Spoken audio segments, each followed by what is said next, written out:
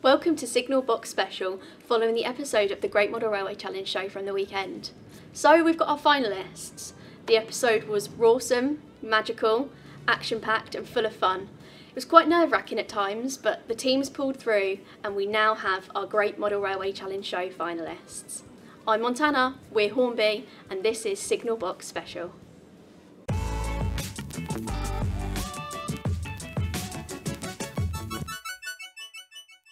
So you may have noticed that Mike isn't here today. He's actually on leave at the moment, having a well-deserved break, so I'll be taking over this Signal Box Special. But before I do, this is your official spoiler alert. We will be talking about details from the semi-final 2, so if you haven't watched the episode from the weekend, head over to channel5.com to catch up. So, the winning team from the weekend and the semi-final 2 was Railmen of Kent, and I was lucky enough to be able to speak to Fred, the team leader, earlier on today. First of all, congratulations. Oh, thanks very much. Yeah, appreciate it. Yeah, I know. It was really interesting watching it again on Saturday, reliving the pressure we were under to do that layout. We did set ourselves some, I think, quite a challenging build there. And if truth be told, we didn't quite get it to where we wanted it to be, but we got it far enough to impress the judges. So we were very happy in the end. I mean, from a viewer's point of view, I thought it was very impressive. Thank you. Very excited when I heard that it was going to be a Harry Potter themed layout. Obviously, our connection with Harry Potter and the products that we brought out this year. So it was really exciting to see the layout. You did a brilliant job. What do you think was the sort of most challenging part of the build? The challenging part was the actually getting the loading and unloading, the operational task to work. Because I'd set myself the challenge of building 2 little gantries with a motorised hoist to lift the load up off the platform and drop it on a wagon, and then to do the same at the other half. And I left, although I'd got a prototype in mind, I left it till quite late in the day to build that and test it. And as we were testing it on the final morning, the load kept swinging. I think you probably saw that in one of the clips in the show. And no matter how I weighted it or adjusted it, it just kept swinging, which meant it wouldn't sit on the wagon. So it was really a case of my son Nick coming to the rescue. He said, "Dad, look, your load is too long. I know you want to run this kind of long case that's supposedly full of wands. Let's just make something smaller and squarer." And you saw in the close-ups they were doing, that was the alternative load that Nick made literally in about 15 minutes prior to the judging. And it actually worked. So Nick really did save the day there for us. Yeah, I must say, I think that was the most nerve-wracking part at the end when the judges were there and whether or not it was going to work. I was sitting on the edge of the sofa, but it all paid off and worked out. It did, and I thought actually the filming that was done, the close-ups of it, made it look pretty good. I was really happy with the way the little GoPro that they used to film close-ups and detail like that. It didn't look too bad, did it? I was happy with it. No, I thought it looked really good, and it definitely caught my attention. So yeah, definitely well done. Well, I'd like to feel I did follow the brief there, in sort of traditionally, if you like, in an engineering sense, that we definitely lifted something up, we transported it and we dropped it onto wagon, and then we did reverse on the other side. So I thought we fulfilled the brief that we were asked to do there. Yeah, no, definitely. So what do you think was the highlight of that episode and that build for you? There were several things that stood out for me, some of which probably didn't get as much attention as I thought they could have done. I think Chris did an absolutely amazing job on the Glenfinnan Viaduct. And it's a pity Steve praised it. I was very happy about that. But I don't think Chris got enough credit for the amount of work that went into making that look so good. John featured John making the spider. I was really pleased with the spider. It's really dramatic when you get close up to it. But John also did the kind of Whomping Willow that spanned the tracks. Saw in a couple of background shots. But it was another real work of art from John that probably I think it was a nice feature on the layout. It didn't get featured that much. No, I mean, I thought that Aragog was one of the highlights of the layout. Obviously, the whole build was brilliant, but I loved seeing him build Aragog, and especially with his spider fears as well. That's right. There is and there's I've got a couple of photographs of it. You've got a couple of figures. I think it's either Harry and Ron or Harry and Hermione stood in front of it with Aragog in the background. And when you get down low and look through, it really is quite dramatic. So yeah, I was really pleased with the way that came out. But actually, the station as well. If you young Nick built the station, I think what we called Hogwarts Junction. And if you look. If you looked at some of the filming that was done, you could see the Dementors on the platform. You could see some of the Hogwarts school children on the platform. I think we got Harry and Ron on the end with their notebooks, actually doing a bit of train spotting. And we put quite a lot of detail in there. I was pleased there was a little shot of the Dobby and a little shot of the Hagrid and the shot of Dumbledore we've done. They're all little figures dotted around the layout. No, it was very, very impressive. I mean, what made you choose that theme? Was it a group decision, or were some of you leaning towards that more than another sort of theme or brand? We wanted something that was relatable. You know, I think we wanted something the audience could relate to. And I mean, Harry Potter has a railway connection, an obvious railway connection anyway. It features so strongly in the films with the Hogwarts Express.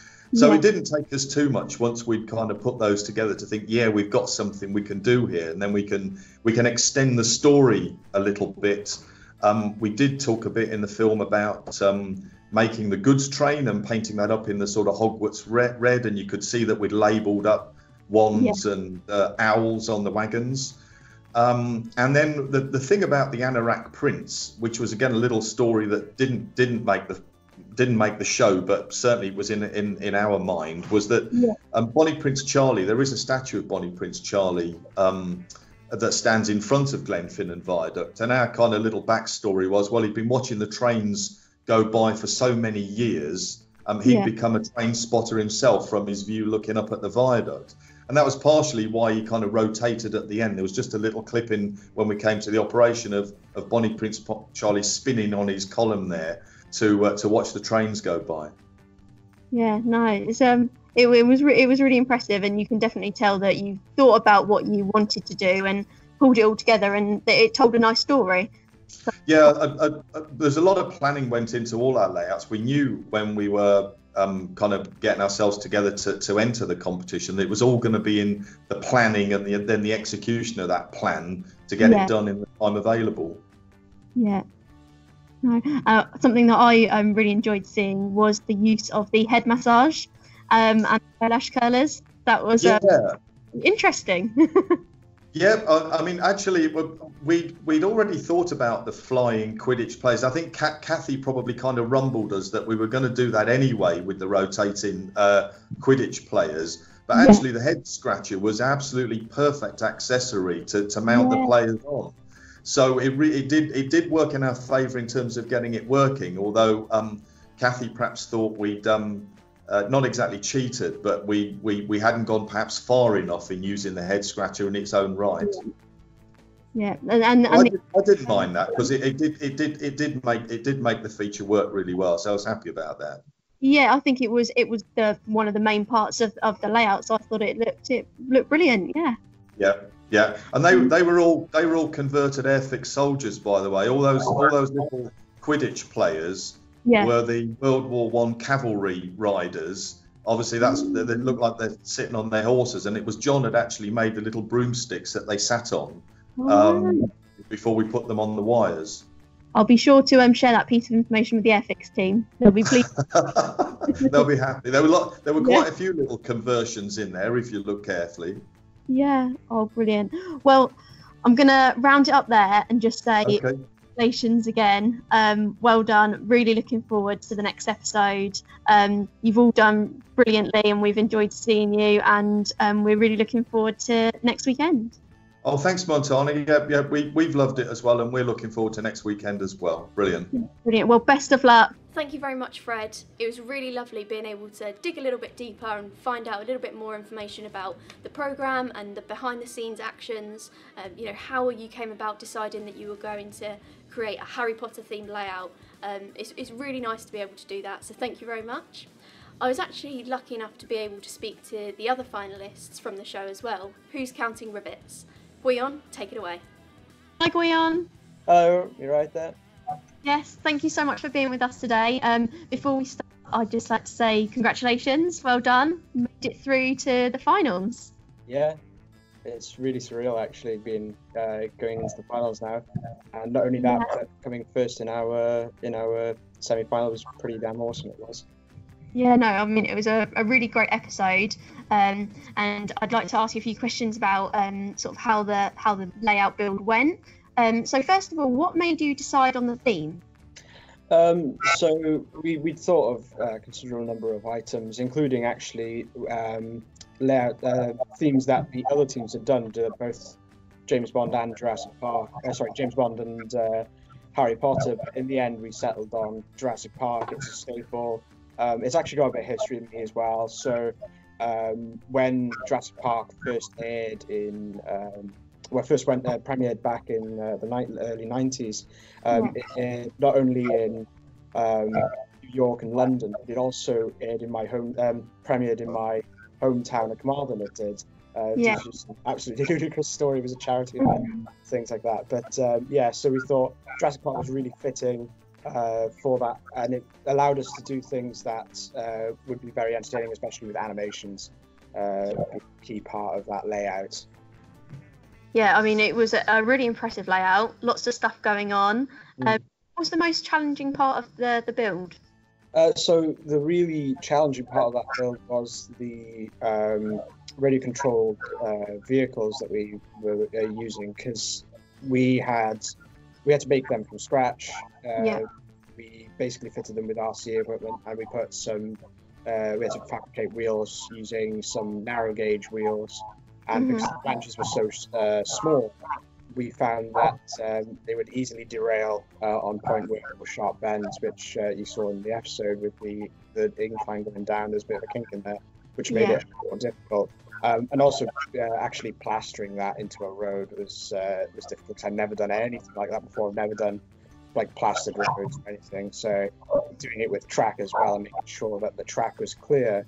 For the vehicle to run along was crucial to making that work perfectly. And fortunately, when it came to the demonstration, it worked flawlessly, and it was very touch and go otherwise. Yeah, no, you definitely pulled out of the bag. So in terms of your highlight for the episode and the layout build, what was that? I think it was just the actual demonstration itself, because it went through absolutely perfectly. We had so much fun doing it. There was a narration to this kind of demonstration. It wasn't just, oh, here's a bunch of animations and things. It was, here's a story from start to end, and we really enjoyed that. We had the gift items that you see. We also had some flyers with all of the animations listed on there that Charlie had designed and printed. And we had that inflatable dinosaur costume, thanks to my work with the University Students' Union for lending us that costume for the event. Just all kind of pulled it together into this really fun show, more than just it being a model railway. We wanted to, it's a TV program first. We just want to entertain everyone as much as we can, and we spent a lot of time thinking, how can we make this as entertaining as possible, make it a more blockbuster of a layout. It was very theatrical. I loved that there was lots going on. It wasn't like there was just one thing moving in one area and another thing in another area. It was all very interactive, which I really enjoyed. I particularly enjoyed the T-Rex eating the Maltesers out of the wagon. I'm guessing you went through quite a lot of Maltesers in that build. We did 2 takes. So Steve, from the heat, was hiding sweets all over the place. So we wanted to do that again this time. And me and Tim were doing the segment. We were like, oh, let's put them in the wagon. So we grabbed one of his bags of Maltesers, and we went through the whole pack doing takes on that. We didn't. At the end, Steve was like, well, those were for me. Oh, wow. I'm guessing you're a Maltesers now then. So, yeah, it was quite a lot of Maltesers eaten at that point. But, yeah, it was really good fun. Demos were really great, and just showing off lots of elements that we had. And they're very cohesive as well. Yeah, no, definitely. And the scratch build challenge, how did you find that? I think, yeah, the scratch build challenge was really odd. When we first saw the items, Charlie had no idea for the first hour what on earth he was going to do with these items. But he absolutely knocked it out of the park with the bottle, using the liquid, reducing the liquid with water to make this ambery kind of color. Put the skeleton, there was just a stroke of genius. And then we were also looking at the eyelash build. Well, let's not use it as a part for a scenic build, but use it more of a functional build. Mm-hmm. You don't see it, obviously. And we then incorporated that into the pivoting neck or the Triceratops that we put in. And obviously, I think that was what really pushed us over the line then compared to the other teams. Yeah, I think the dinosaur and the plant bottle with the liquid was a really, really impressive point. I was very, very shocked and very impressed to see that. Yeah. So next week on Saturday we've got the finals. You're going to be there. Are you excited? Yeah, it's going to be really interesting watching that. It was one of the biggest challenges of the lot. We really went big on it. I mean, the tech we put in Jurassic Park was some pretty high-end stuff, but what we put into this next layout is absolutely ludicrous. It is. There's stuff in there that just goes completely above and beyond the scope of this competition, really. And we hope that everyone who sees it enjoys it and really sees it for what it is, which is a case of innovating and producing things that are just amazing and fun and interactive, because that is what we've always been about. One thing I hope is that there's a bit more from Richard Ballon and Richard Dalacamp from our team, because so far they haven't had much screen time compared to the rest of the team. So hopefully this next episode they get a bit more there, because they did so much to make all these three layouts come to life, both scenically and interactively, with Richard doing a lot of weathering work and the other one doing lots of the rock faces, the golden brass, all that stuff. He's absolutely brilliant with that. And then got tons of weathering. I mean, the entrance gate done by Richard Dalacamp, it was absolutely superb. Did a really good job in making that look very much like from the film. And there's going to be a lot of interesting stuff next week. Hopefully we get it all on the show and nothing gets cut out this time. Yeah, well, I think you've definitely encouraged all of the viewers to hopefully watch next week's episode. So, yeah, we look forward to seeing that. Good luck, and thank you so much. Thank you very much, Goyon. It was lovely speaking to you and being able to find out a little bit more about you, the team, and the Jurassic Park layout. Also, loved your hat, nice touch. I think that my favourite part of the episode has got to be the T-Rex eating the Maltesers. It was a lovely piece of animation and part of a really, really nice layout build, so well done. I have got to give it to Realman of Kent though. I really, really liked the build of Aragog. I thought that was really impressive, and also the creativity that went into building the Hogwarts castle. It was really nice. So, the grand final, this Saturday, Channel 5 at 5:40. Make sure you don't miss it. Mike will be here this time next week talking to the winning team. But in the meantime, make sure you like, comment and subscribe. I'm Montana, you've been great, and I'll see you at the next stop.